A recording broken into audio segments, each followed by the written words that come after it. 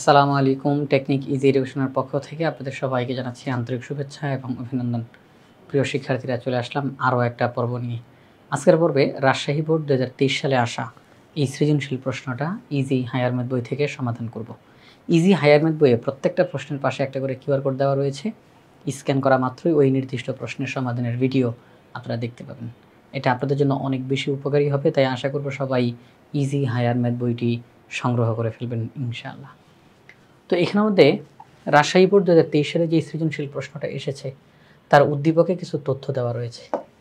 যেমন এখানে বলা হলো, প্রথম যেই তথ্য, একটি মুদ্রা এবং একটি ছক্কা একত্রে একবার নিক্ষেপ করা হলো। একটি মুদ্রা এবং একটি ছক্কা একত্রে একবার নিক্ষেপ করা হলো, এটা প্রথম তথ্য। এরপর দ্বিতীয় তথ্য, 22টি টিকেটে 31 হতে 52 পর্যন্ত ক্রমিক নম্বর দেওয়া আছে। একটি টিকিট দৈবভাবে নেওয়া হলো। 22টা টিকিট 31 থেকে আরম্ভ।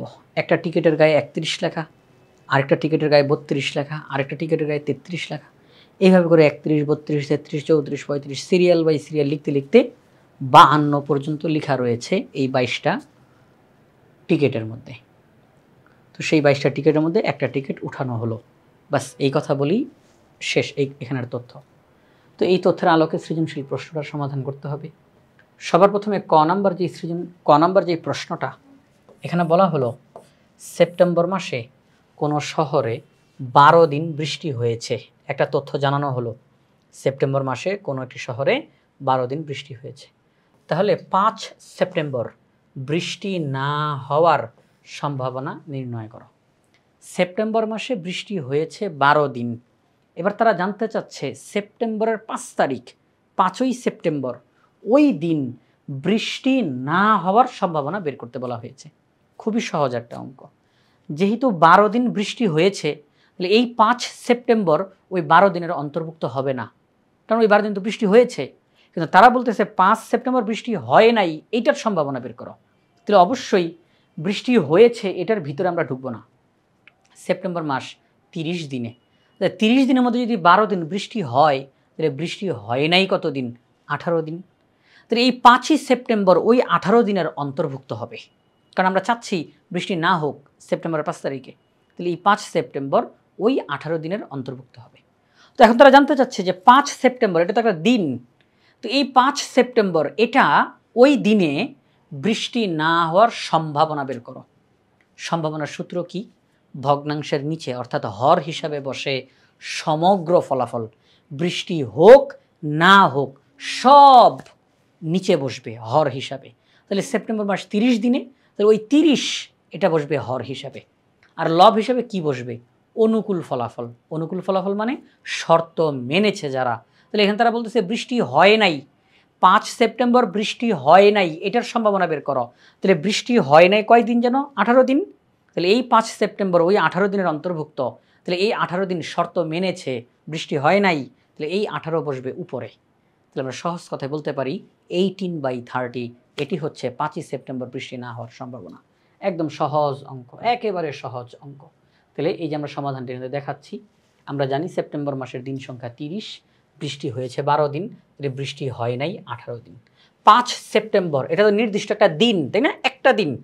তো এই দিনে বৃষ্টি না হওয়ার সম্ভাবনা, নিচে বসবে সমগ্র ফলাফল মানে 30 দিন, আর উপরে বসবে বৃষ্টি হয় নাই যেই দিনগুলোতে, 18টা দিন, ওই 18 বসবে উপরে, কারণ এই 5 সেপ্টেম্বর ওই 18 দিনের অন্তর্ভুক্ত। তাহলে 18/30 এটি হচ্ছে সম্ভাবনা বৃষ্টি না হওয়ার। কাটাকাটি করা যায়, 6 18-র মধ্যে 3 বার যায়, 6 30-এর মধ্যে 5 বার যায়। আমরা বলতে পারি 5ই সেপ্টেম্বর বৃষ্টি না হওয়ার সম্ভাবনা হলো 5/3, অর্থাৎ 3/5। ক নাম্বার প্রশ্নের সমাধান করা শেষ। আমরা খ নাম্বার প্রশ্নের দিকে তাকাই। খ নাম্বার প্রশ্নে বলল 1 নংয়ের আলোকে সম্ভাব্য ঘটনার প্রবাবিলিটি ট্রি অঙ্কন করে নমুনা ক্ষেত্রটি লেখো। এই যে উদ্দীপকের মধ্যে 1 নং যেই তথ্যটা দেওয়া, এখানে বলা হয়েছে একটি মুদ্রা এবং একটি ছক্কা একবার নিক্ষেপ করা হলো। এই ঘটনাটার প্রবাবিলিটি ট্রি অঙ্কন করব, এরপর নমুনা ক্ষেত্রটি লিখব। সহজ একটি প্রশ্ন দেওয়া হয়েছে। তাহলে আমরা এখানের মধ্যে একটি মুদ্রা যদি নিক্ষেপ করি, তাহলে কি হয়? হেড টেল। এবার আমরা ছক্কা নিক্ষেপ করব। এই হেডের সাথে ছক্কার মানগুলো, ছক্কা যখন নিক্ষেপ করি 1 থেকে 6-এর মধ্যে যে কোনো সংখ্যা আসতে পারে, তো এই হেডের সাথে 1 2 3 4 5 6 যে কোনো একটা সংখ্যা আসবে। এই টেলের সাথেও 1 2 3 4 5 6 যে কোনো একটা সংখ্যা আসতে পারে। তাহলে মুদ্রাটা একবার নিক্ষেপ করা হয়েছে, হেড টেল একবারই নিক্ষেপ করা হয়েছে, ছক্কাও একবার নিক্ষেপ করা হয়েছে। তাহলে হেডের সাথে এই মানগুলো, টেলের সাথে এই মানগুলো, ঠিক আছে। কারণ যদি এরকম হয় যে মুদ্রা নিক্ষেপ করলেন হেড উঠলো, এবার ছক্কা নিক্ষেপ করলেন 1 থেকে 6-এর মধ্যে যে কোনো একটা সংখ্যা উঠলো, মুদ্রা নিক্ষেপ করলেন হেড না টেল উঠলো, তাহলে ছক্কা নিক্ষেপ করলে 1 থেকে 6-এর মধ্যে যে কোনো একটা সংখ্যা উঠলো। এই সামগ্রিক জিনিসটা হচ্ছে প্রবাবিলিটি ট্রি। মুদ্রাও একবার নিক্ষেপ করা হয়েছে, ছক্কাও একবার নিক্ষেপ করা হয়েছে। তাহলে প্রবাবিলিটি ট্রি অঙ্কন করা শেষ। আমাদেরকে বলা হয়েছে নমুনা ক্ষেত্র লিখবা। নমুনা ক্ষেত্র কি? H1, H2, H3, H4, H5, H6, T1, T2, T3, T4, T5, T6, এটি হচ্ছে নমুনা ক্ষেত্র। নমুনা ক্ষেত্র মানে সবগুলো নমুনা বিন্দুকে একটা সেটের মাধ্যমে প্রকাশ করা, এটি হচ্ছে নমুনা ক্ষেত্র। আমরা সবগুলো নমুনা বিন্দুকে পাশাপাশি লিখে কমা চিহ্ন দিয়ে দিয়ে লিখে সবাইকে একটা সেকেন্ড ব্র্যাকেটের মধ্যে লিখে ফেললাম, তাহলে এটাকে বলা হবে নমুনা ক্ষেত্র। খ নাম্বার প্রশ্নের সমাধানও আমরা করে ফেললাম। এখন আমরা যাব গ নাম্বার প্রশ্নে।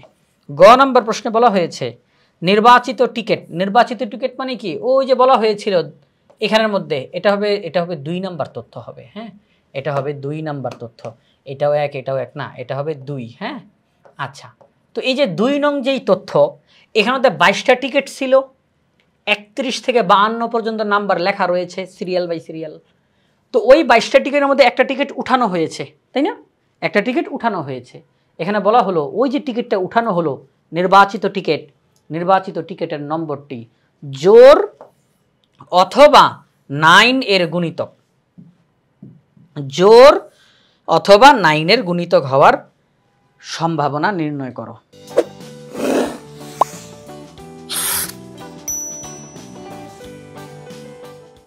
ওই যে 22টা টিকিট, এর মধ্যে থেকে একটা টিকিট উঠানো হলো, এই টিকিটের গায়ে যে নাম্বারটা লেখা রয়েছে সেটি জোড় হোক অথবা 9 এর গুণিতক হোক।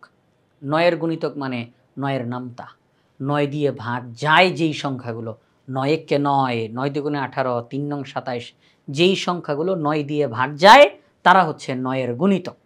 যেই সংখ্যাগুলো 9 দিয়ে ভাগ যায় তারা হচ্ছে 9 এর গুণিতক, বা সহজ কথায় 9 এর নামতা।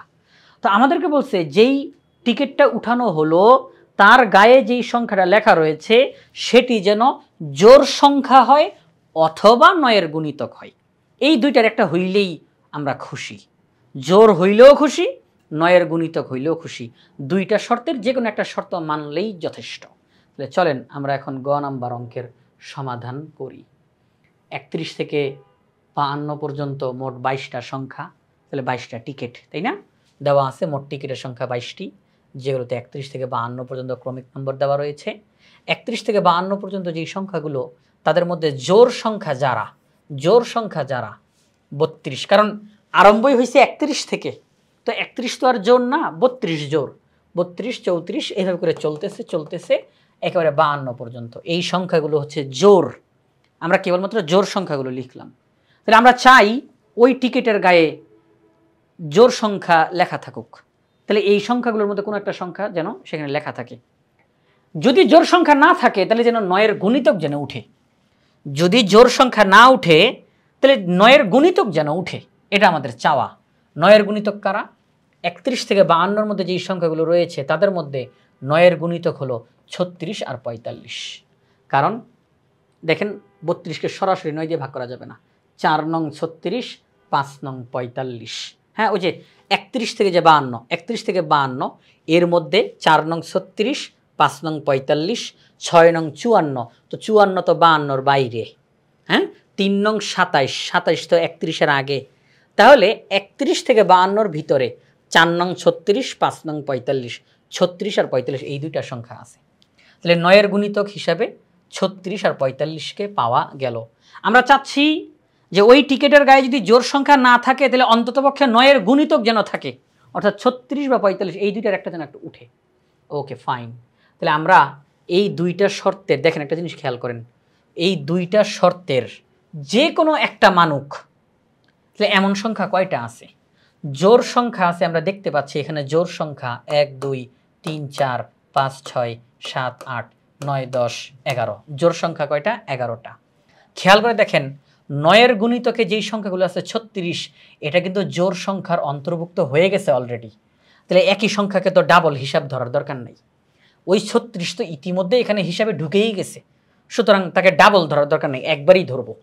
তাহলে জোড় সংখ্যা 11টা, আর এই যে এখানে 9-এর গুণিতকের এখান থেকে একটা সংখ্যাকে নিব, কারণ 36 অলরেডি হিসাব হয়ে গেছে, তো 45কে আমরা নিব। তাহলে 11টা সংখ্যার এখান থেকে একটা, তাহলে 12টা।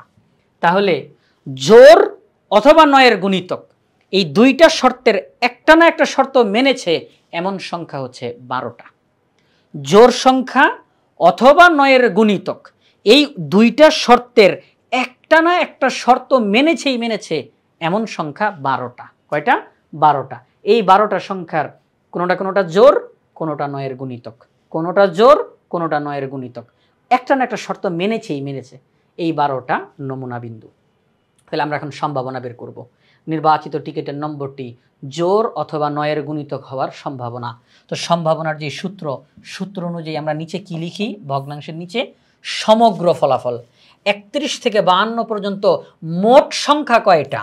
22টা। তাহলে সমগ্র ফলাফল হিসেবে নিচে 22 বসবে, আর উপরে বসবে অনুকূল ফলাফল, মানে শর্ত মেনেছে, প্রশ্নে দেওয়া শর্ত মেনেছে। তাহলে এমন সংখ্যা হচ্ছে 12টা, তাহলে উপরে বসবে 12। তাহলে নির্বাচিত টিকেটের নম্বরটি জোড় অথবা 9-এর গুণিতক হওয়ার সম্ভাবনা 12/22। কাটাকাটি করা যায়? হ্যাঁ, 2 দিয়ে কাটলে 6, 2 দিয়ে কাটলে 11, তাহলে 6/11। এটি হচ্ছে আমাদের এই প্রশ্নের সমাধান। ওই 22টি টিকিটের মধ্যে একটা টিকিট উঠানো হলো, আর সেই টিকিটটি জোড় অথবা 9-এর গুণিতক হওয়ার সম্ভাবনা হলো 6/11। আমরা এই গ নাম্বার প্রশ্নের সমাধান করে ফেললাম প্রিয় শিক্ষার্থীরা। তো রাজশাহী বোর্ড 2023 সালে আসা এই প্রশ্নটা আমরা ইজি হায়ার ম্যাথ বই থেকে সমাধান করলাম। প্রত্যেকটা প্রশ্নের পাশে কিউআর কোড আছে, স্ক্যান করবেন, সাথে সাথে ওই নির্দিষ্ট প্রশ্নের সমাধানের ভিডিও আপনারা দেখতে পাবেন। এটা আপনাদের জন্য অনেক বেশি উপকারী হবে। তাই আশা করব সবাই ইজি হায়ার ম্যাথ বইটি সংগ্রহ করে ফেলবেন ইনশাআল্লাহ।